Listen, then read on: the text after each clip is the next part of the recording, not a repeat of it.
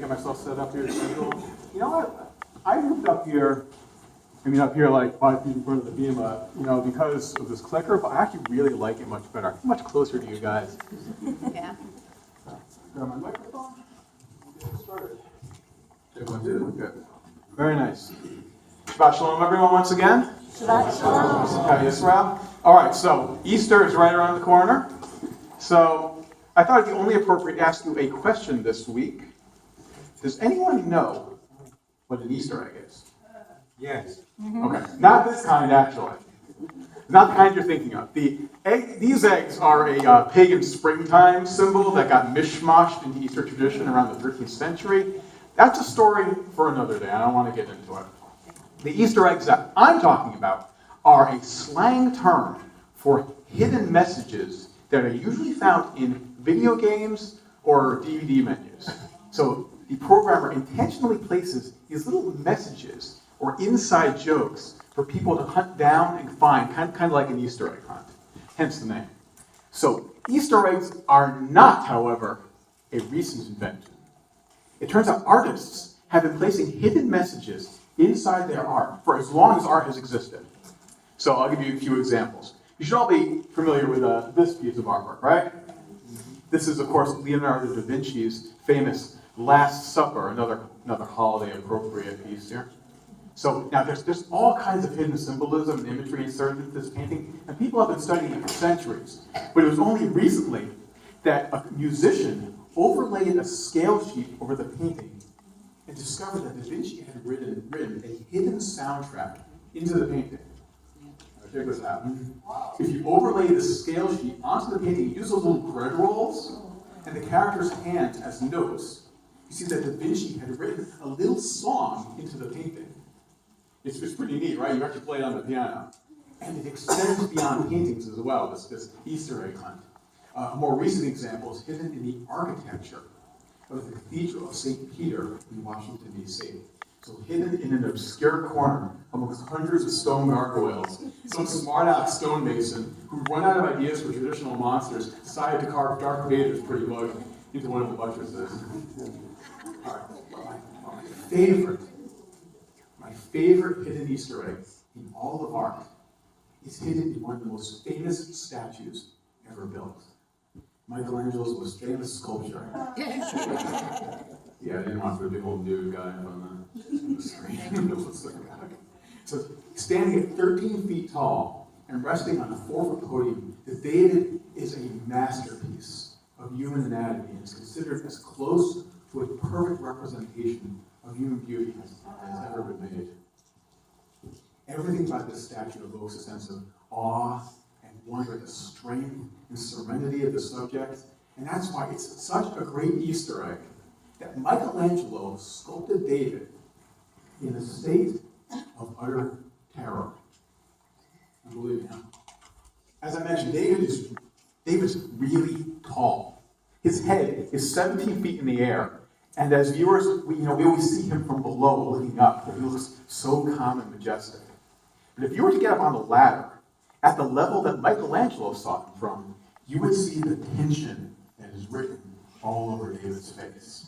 Look at his eyes are bulging open and staring upwards at something in the middle distance. His mouth is pursed while his nostrils are flared, and as if he's breathing heavily, and the muscles of his eyebrows are deeply furrowed in an expression of anxiety and aggression. See, David isn't merely striking a pose. Michelangelo has sculpted him at the precise moment when he was about to fight the giant Philistine warrior, Goliath. Now, if you know how in his left hand, David carries a sling tossed over his shoulder, while his right hand tightly clenches a stone. The veins are bulging from his hand. He carries his weight on his back leg, while prepared to lunge forward on his front, and his body is turned sideways in anticipation of a rapid motion. At first glance seems a depiction of beauty and repose, is actually a scene of the most terrifying moment in David's life. And why not? David has every reason to be afraid. The story of David and Goliath is one of the most famous stories in our shared cultural history. It's this quintessential story of an underdog facing down overwhelming odds, overcoming all of his disadvantages to gain an unlikely victory. I mean, the term David and Goliath has even entered our language as shorthand for improbable victory. See, we all know this story, but it's a good one, so I'm going to tell it again. Bear with me here. It's a story that takes place 3,000 years ago in a place called the Valley of Elah, which historically was a really important strategic site in the history of ancient Israel, because it was through this valley that invading armies would attempt to enter Israel. And 3,000 years ago, this is exactly what happens.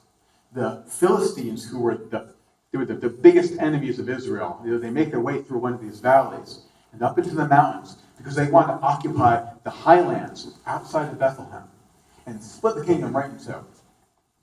Now, king of Israel, under the leadership of King Saul, catches wind of this, of course, and he brings his army down from the mountains, confronts the Philistines in the Valley of Elah. So the Israelites dig in along the northern ridge, and the Philistine army digs in along the southern ridge, and the two armies, they just sit there for weeks, just staring at each other, because they're deadlocked. See, neither can attack the other, because to attack the other side, you've got to come down the mountain into the valley, and then up the other side where you've lost the advantage of the high ground and you're completely exposed. So nobody wants to go first. So what are they going to do now? So finally, to break the deadlock, the Philistines send down their mightiest warrior into the valley. And he calls out to the Israelites, "Send your mightiest warrior, and we'll have this out, just the two of us." This is a tradition in ancient warfare called single combat. It was a way of settling disputes without incurring the bloodshed of major battles. So, and the warrior that the Philistines have sent down is, of course, the giant Goliath of Gath. Now, depending on the translation, he is anywhere between 6'9" to 10 feet tall, and he's outfitted in this coat of glittering armor. He's got a huge sword and a javelin and a spear so huge that no one else can even wield it, and he's absolutely terrifying. He's so terrifying that no one on the Israelite side even wants to fight him. Even King Saul, he's the king. He's a big guy himself. He's the obvious choice to fight Goliath, but even he knows that it would be suicide to go after Goliath, and even he doesn't volunteer. Finally, the only person who will come forward is this young shepherd boy named David. And he goes to Saul, and he says, "I'll fight him." And Saul says, that's ridiculous. You can't fight him. You're this kid. And he's this mighty warrior. But David is adamant. He's like, "I've been defending my flock against lions and bears for years. I think I can do it." So Saul has no choice, and no one else wants to do it. So he says, "Okay, but you've got to wear this armor. You can't go as you are." So he tries to give David his armor, but David says, I can't wear this. I've never worn armor before. I'm not used to it. So he takes it off.